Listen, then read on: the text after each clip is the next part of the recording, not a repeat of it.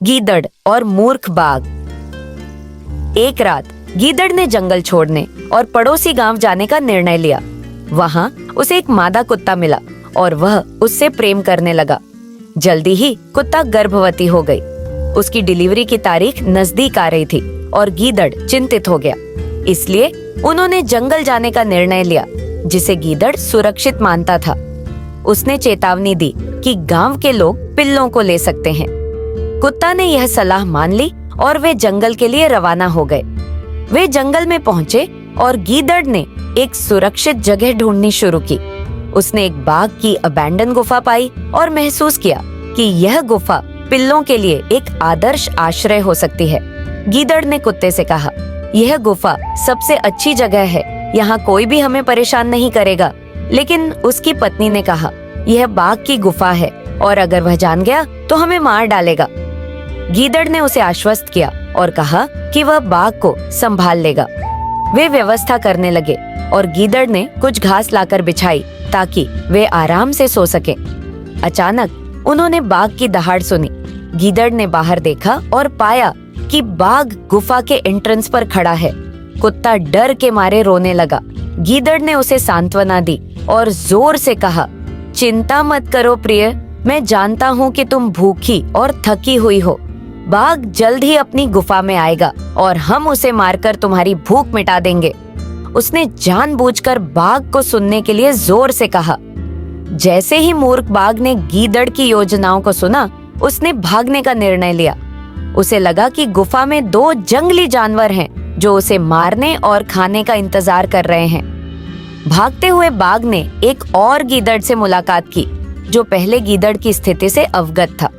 उसे यह भी पता था कि पहला गीदड़ अपनी पत्नी को शहर से लाया था और बाघ की गुफा पर कब्जा कर लिया था। दूसरे गीदड़ को पहले गीदड़ और उसकी पत्नी पर जलन थी और उसने मूर्ख बाघ पर हंसते हुए उसे पहले गीदड़ की योजनाओं के बारे में बताया। उसने बाघ को सलाह दी, डरो मत, बस मेरे पीछे आओ।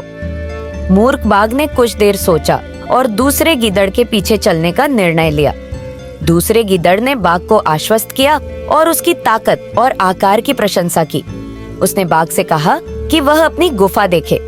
इस समय तक बाघ को आत्मविश्वास वापस मिल गया था और वह गुस्से में था। उसने कहा, वे मेरी गुफा में बिना अनुमति के कैसे रह सकते हैं?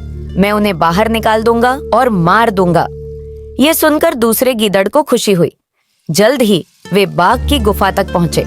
पहले गीदड़ ने देखा कि बाघ अपने दुश्मन दूसरे गीदड़ के साथ गुफा की ओर लौट आया है।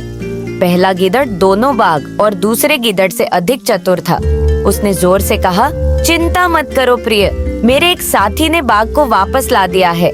मेरे साथी जंगल में छिपे हुए हैं, वे इसे पकड़े लेंगे और इसका मांस हमें कुछ समय तक मिलेगा।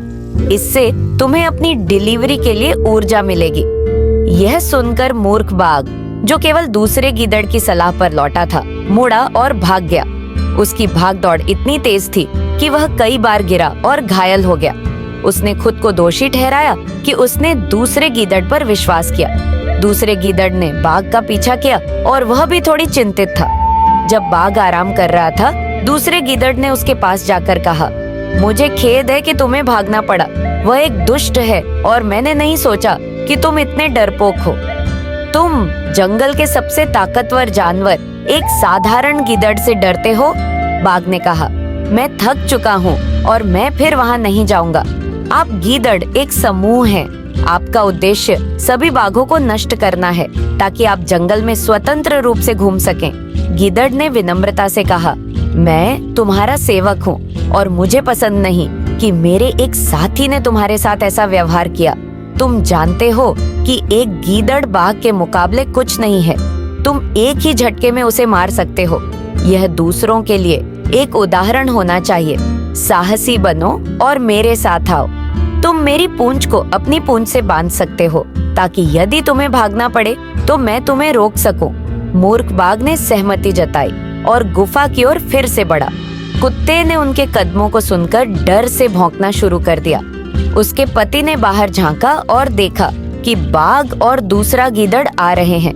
उसने अपनी पत्नी को सांत्वना दी और जोर से कहा, मुझे पता है कि तुम भूखी हो और इसीलिए भौंक रही हो।